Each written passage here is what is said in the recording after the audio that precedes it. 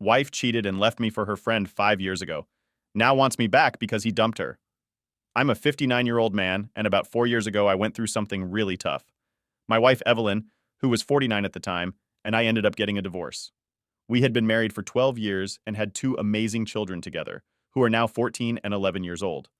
Evelyn was actually my second wife. My first marriage was to my high school sweetheart, the first love of my life. We had a beautiful bond, but tragically, she passed away in an accident. We didn't have any kids, which made it even harder because it felt like I lost my entire world with her. After she died, I was completely lost. I was in my early 40s and suddenly found myself without a clue about what to do with my life. I was drowning in my grief, and I turned to drinking and some other destructive behaviors just to cope with the pain. Now, as I step into my 60s, I'm trying to look at things with a sense of gratitude and grace.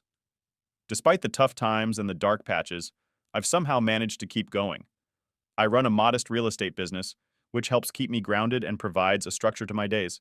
Life has definitely thrown its fair share of challenges at me, but I'm learning to navigate through them with a bit more wisdom and a lot of reflection.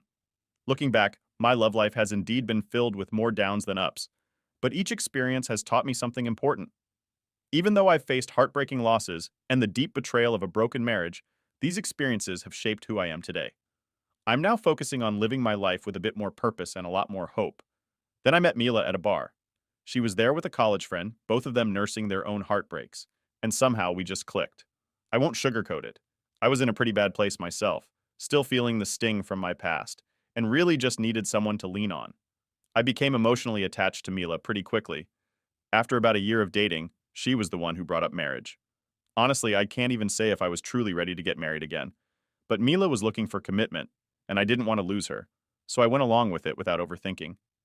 Mila was in her early 30s at that time and was very clear about wanting to settle down. She had recently ended things with her friend. They had a sort of friends with benefits arrangement. She developed feelings for him, but the feelings weren't mutual. After years of that going nowhere physical relationship, she was ready to move on for good. So when Mila told me it was either marriage or nothing, I just couldn't risk losing someone again. I agreed to the marriage, hoping that this time things would turn out better. So we had a small wedding ceremony, just us and a few close people.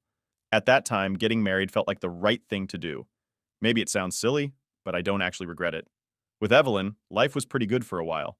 We traveled a bunch before we had kids, and even after they were born, we managed to keep things stable for 12 years.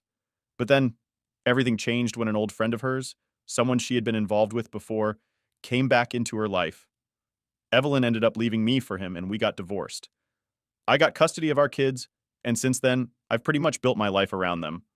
The reason I'm sharing all this now is that, out of the blue, Evelyn showed up last week wanting to be part of our lives again. When I opened the door and saw her there, I hardly recognized her at first.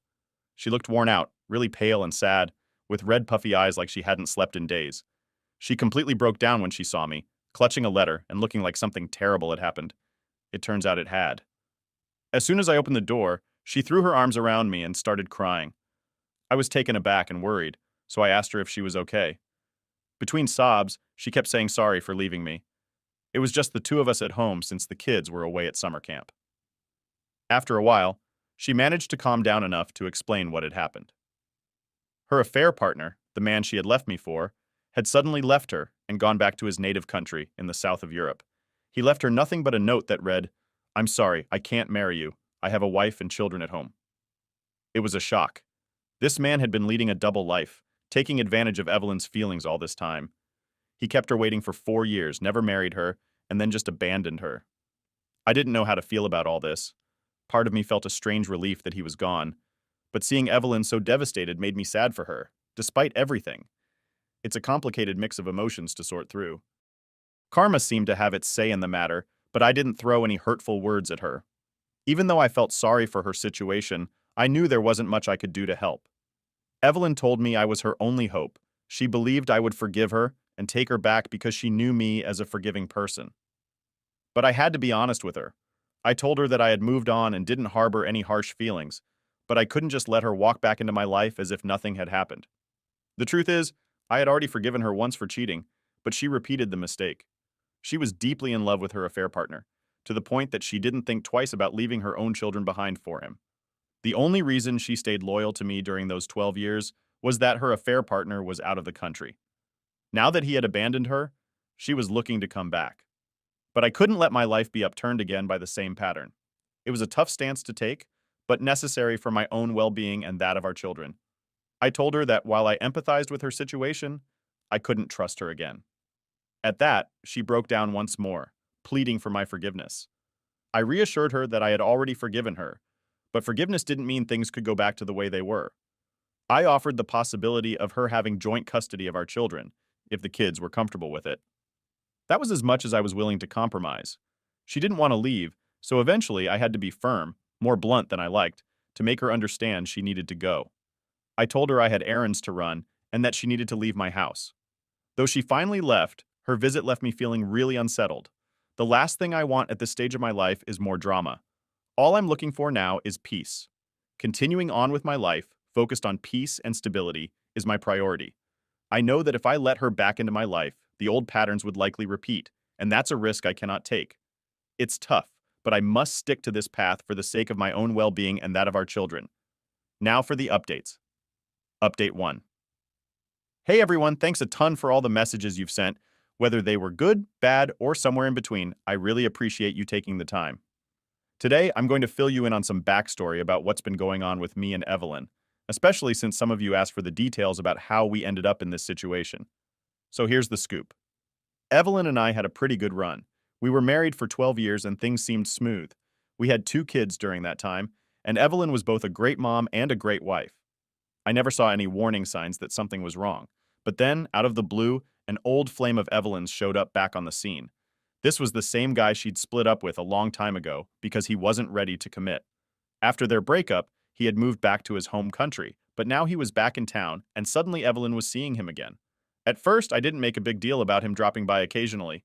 Evelyn told me she was over him, and I believed her. Why wouldn't I?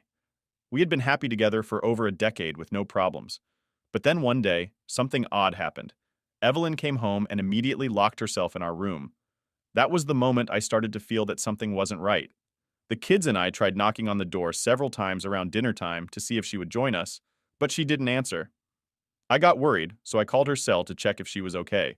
She texted back saying she was all right but needed a bit more time to herself. I didn't want to push her, so I left her alone and ended up sleeping on the couch in the living room. The next day she acted like everything was normal, but it was pretty clear that something was off. When I gently asked her what was wrong, she brushed it off, saying she'd had a minor argument with her sister, but it wasn't anything big, and she'd handle it.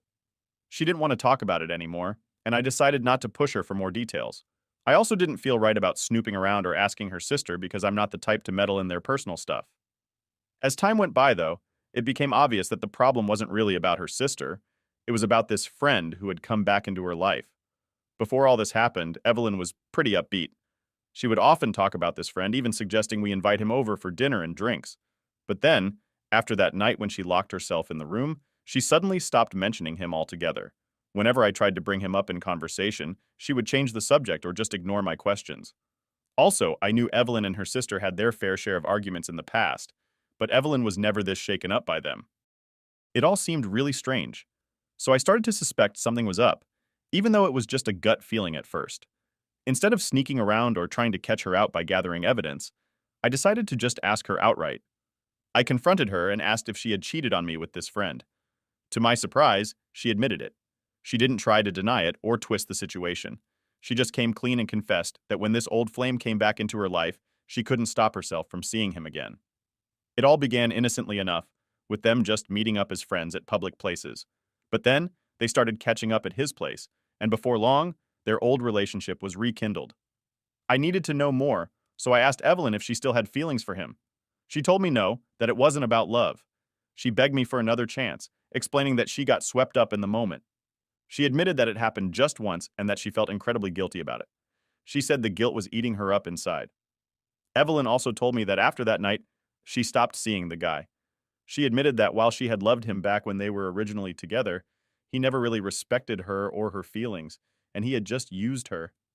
As she told me all this, she broke down, promising she would never betray me again. After some thought, I decided to give her a second chance. Some might think I'm naive, but I believe in the power of forgiveness and the potential for people to change.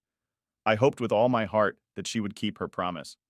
Cheating is something I take very seriously, and it hurt me deeply when Evelyn admitted to it. Despite the pain, I wanted to keep our family together, especially for our children. Our youngest was only 4 years old at the time, and the thought of a divorce and potentially seeing my kids less was something I just couldn't handle. So I forgave Evelyn and decided to give our marriage another chance.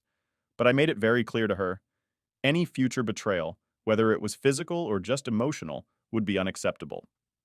Evelyn agreed to these terms, and we began to rebuild our relationship. We started going out on date nights again and took some family vacations. Things seemed to be improving, and for a few months, everything appeared to be going smoothly. However, given what had happened, I was on high alert, more vigilant than before. When I started to notice some red flags again, I didn't ignore them like I might have in the past. She had betrayed my trust once, and I wasn't going to let my guard down this time. I was determined to address any suspicious signs immediately without letting them slide. It was about 4 years ago, so some of the finer details are a bit fuzzy now, but overall, I could tell something was off. Evelyn seemed distracted and wasn't spending as much time with me or the kids. At home, she was often in a bad mood, but I noticed that she would light up when texting someone or would giggle while talking on the phone. She seemed glued to her phone all the time and started avoiding any closeness with me, especially in bed. Her change in behavior was concerning. She was rarely in the mood for any intimacy, and this was a stark contrast to how she used to be. I decided to confront her about these changes directly, hoping for an honest conversation. However, she denied that anything was wrong. She became defensive and even tried to turn the situation around on me. She accused me of not trusting her and being overly watchful because she had cheated in the past. Realizing that arguing was getting us nowhere and that she wasn't going to admit anything willingly, I decided that I needed to find solid evidence of what was really going on. It was a difficult decision, but I felt it was the only way to get to the truth. After noticing Evelyn's unusual behavior, I decided to check her phone. It turned out she hadn't changed her password, which initially made me think maybe there was nothing to hide. However, when I looked through her messages, I did find some chats with her affair partner. But to my surprise, they were just normal conversations from months ago, around the time she had first cheated on me. There was nothing recent or incriminating in her phone that suggested they were still in contact. Before I had a chance to look for evidence elsewhere, Evelyn came to me and confessed. She told me she knew I had checked her phone and felt it was time to be completely honest. She explained that after our initial confrontation, she had tried to distance herself from him, but he didn't give up. He begged her to come back to him. Evelyn tried to avoid him, knowing it could cause more trouble in our marriage, but he was persistent. He reassured her that he truly loved her and promised they would get married. He just needed some time to sort out a few things first. This confession put me in a tough spot, as it was clear Evelyn was still being pulled back into a relationship with this man, despite her attempts to stay away. The situation was complicated, and her honesty about it left me with a lot to think about in terms of what to do next. Evelyn and her affair partner decided to keep their relationship quiet. She admitted to feeling guilty about cheating on me, but felt she couldn't pass up the chance to be with him, especially now that he was serious about their relationship. It became clear to me that she never truly stopped loving him. She had only suppressed her feelings because of his past reluctance to commit. Once he showed a genuine commitment, she found it impossible to stay away. Given the circumstances, Evelyn asked for a divorce and initially wanted custody of our children. However, when I expressed my desire to keep the children with me, she surprisingly agreed without much hesitation. This made me feel as if she was also trying to distance herself from the responsibilities of parenthood. She requested to see the children on a weekly basis, and I agreed, under the condition that she would be the one to explain the divorce to them. Evelyn spoke to the children, choosing to tell them that we were divorcing because we had fallen out of love.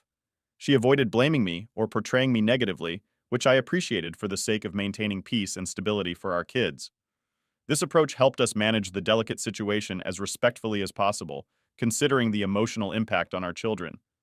The news of the divorce was really hard on the kids. There were a lot of tears, and they pleaded with us to try and make things work again. Hearing their cries and seeing their distress made me feel resentful towards Evelyn for putting us in this situation. But as time passed, I came to the realization that even if Evelyn changed her mind about the divorce, too much had happened for me to simply forgive and forget. Moving forward with the divorce seemed like the best choice for everyone involved. I made a promise to my children that I would continue to be a good father to them. They didn't doubt this, as I had always been actively involved in their lives, not just a parent who was around, but one who was truly present. Stepping into the role of a full-time single parent wasn't hard for me, given my previous involvement, but despite our efforts, the kids still missed their mom. Thankfully, we managed to settle the divorce amicably. I was deeply hurt by everything that had happened, but I didn't hold a grudge against Evelyn. Some might call it cowardice, others might say it was maturity, perhaps it was a bit of both, influenced by my experiences and age. But ultimately, I let her go because it was the necessary thing to do, not just for my own peace, but for our children's well-being too. The months following the divorce were particularly challenging, especially for the younger child. I did my best to lift their spirits, taking them on multiple vacations, trips, picnics, and engaging them in various activities to keep them happy and distracted from the upheaval in our family life. During this time, Evelyn continued to visit the children weekly, but eventually she moved to Alabama with her affair partner. By that point, both the children and I had begun to move on from the initial shock and pain of the divorce. Over the last 4 years, the children have grown into kind, resilient, and emotionally strong individuals. Initially, after Evelyn moved, the children would cling to her during her calls and clearly showed their resentment towards her. However, as time passed, they grew more forgiving and understanding, eventually reaching a point where they could interact with her cordially. Recently, when the children returned from their summer camp and learned about their mother's situation, her being abandoned by her affair partner, they didn't express much sympathy. They felt that she had made her choices and now had to live with the consequences. This response from them wasn't out of coldness, but rather a reflection of their growth and maturity, recognizing that each person is responsible for their actions and their impacts. When I discussed the idea of joint custody with the children, they were strongly against it. They expressed a real fear that if they went to live with Evelyn, she might abandon them again if her affair partner came back into the picture. Their reaction was rooted in the instability they had already experienced, and they didn't want to face the possibility of going through that pain again. I took the time to calm them down and reassured them that nothing would be decided without their full agreement.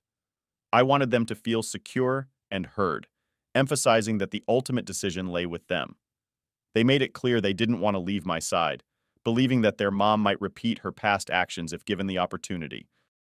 This situation was difficult, but it underscored the importance of listening to and respecting the feelings and wishes of my children in these complicated family dynamics. Their sense of security with me and their concerns about potentially unstable situations were my top priorities in navigating our new family arrangement.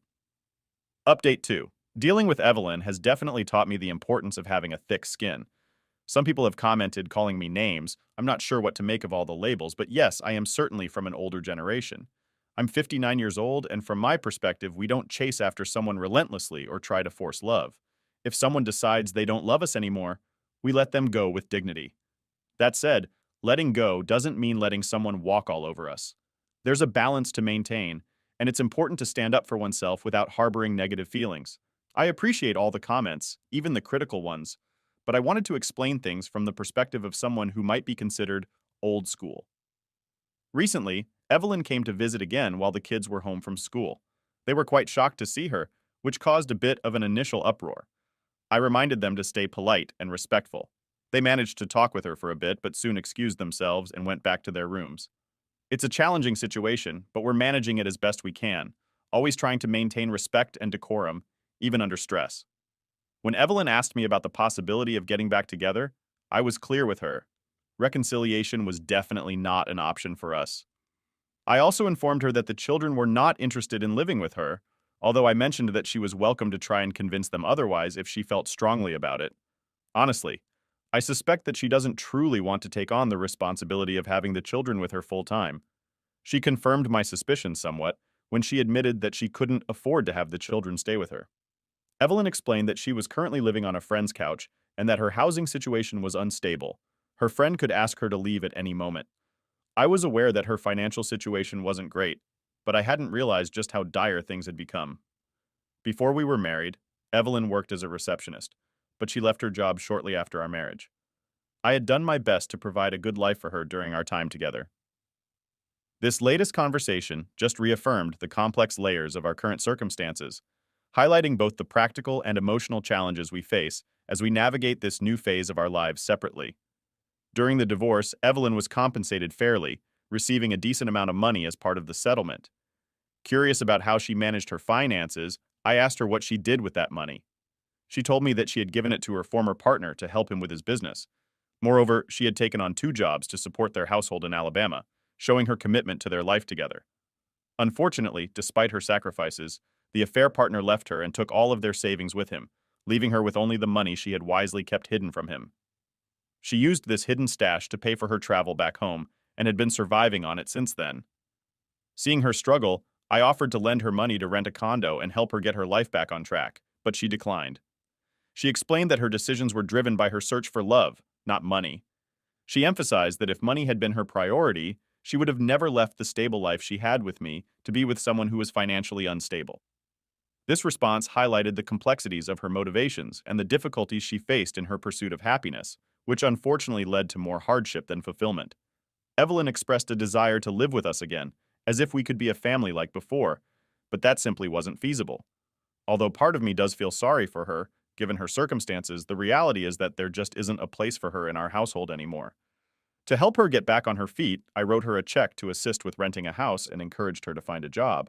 I also suggested that she consider therapy, which could be beneficial given everything she's been through. I've always emphasized to my children the importance of being kind to their mother, reminding them that she is, after all, the woman who brought them into the world. They've been gentle and polite with her, but they've made it clear that they do not want to reintegrate her into their lives in a significant way. Occasionally, Evelyn texts me, questioning whether she deserves the help she's receiving. It's a difficult question to answer. While she has made significant mistakes that affected not just me, but our children, it's hard not to feel some compassion for her current plight. Navigating these complex family dynamics continues to be challenging, but my priority remains clear: to support my children and ensure they feel secure, while also extending a reasonable level of kindness and support to Evelyn despite our past. Update 3. Thanks everyone for the kind words on my last posts. It's been a while since my last update because life was pretty much going in circles with Evelyn. Her occasional unexpected visits, emotional breakdowns, and pleas for us to get back together were becoming a repetitive pattern. However, something new has unfolded over the last 6 months that's added a bit of complexity to my family dynamics. This change actually started to brew about 1.5 to 2 years ago, before Evelyn re-entered our lives in such a dramatic way. I met a woman. Let's call her Isabella. She's 62 years old and owns a charming flower boutique. Despite her age, she has the energy of someone in their 30s. We started off as just friends, but after spending a year getting to know her, I found myself really enjoying her company. I now spend many of my evenings and weekends at her shop, helping her with various tasks. What I really admire about Isabella is how she handles everything with such independence and grace. This developing relationship with Isabella has brought some new perspectives and positivity into my life, contrasting significantly with the ongoing struggles and emotional turmoil associated with Evelyn.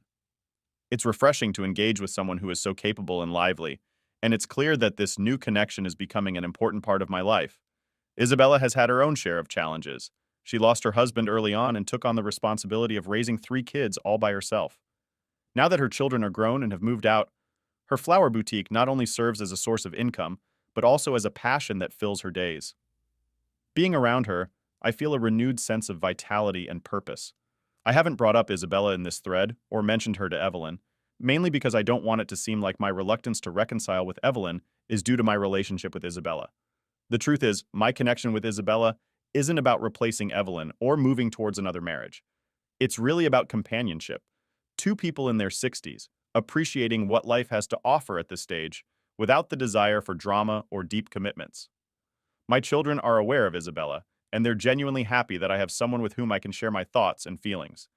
They appreciate seeing me upbeat and engaged in life again. My oldest child is graduating high school this year, and the younger one will soon be off to high school or college. As they're moving towards more independent phases of their lives, it's comforting to have someone like Isabella to spend time with. It's a simple, joyful companionship that enriches my life, allowing me to enjoy these later years with someone who understands the value of peace and happiness. Having Isabella as a friend to share thoughts with has indeed been invaluable. As we age, finding companions who understand and share in our experiences can make a significant difference in our well-being. I've been open with Isabella about Evelyn's visits, and she has responded with nothing but empathy and support, which I greatly appreciate. However, this situation took an uncomfortable turn recently. Evelyn saw me at Isabella's shop one evening. I didn't notice her at first, but her presence became apparent when I saw her observing us. It seems she had been following my routine because she had also noticed that I was spending my evenings at Isabella's place, sometimes even staying overnight. On one occasion, as I was leaving Isabella's shop, Evelyn confronted me quite aggressively, asking if Isabella was the reason I wasn't returning to her. I was taken aback by her accusation. It was painful to hear her suggest that my friendship with Isabella was in any way comparable to her past actions. I tried to calm the situation, but Evelyn crossed several boundaries with her words, and I felt compelled to stand up for myself.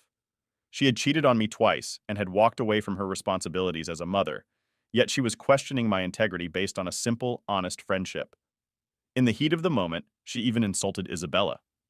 In contrast to the chaos and hurt caused by Evelyn's actions, my relationship with Isabella is straightforward and honest. There's no deceit involved. Yet Evelyn seemed unable to see the difference, which only highlighted the vast disparity in our values and current life paths. This confrontation was a stark reminder of why maintaining distance from Evelyn was necessary for preserving my peace and happiness. I reached my limit with Evelyn after that confrontation. In a moment of frustration, I told her I never wanted to see her again. Calling out her selfish behavior over the years, she just laughed it off.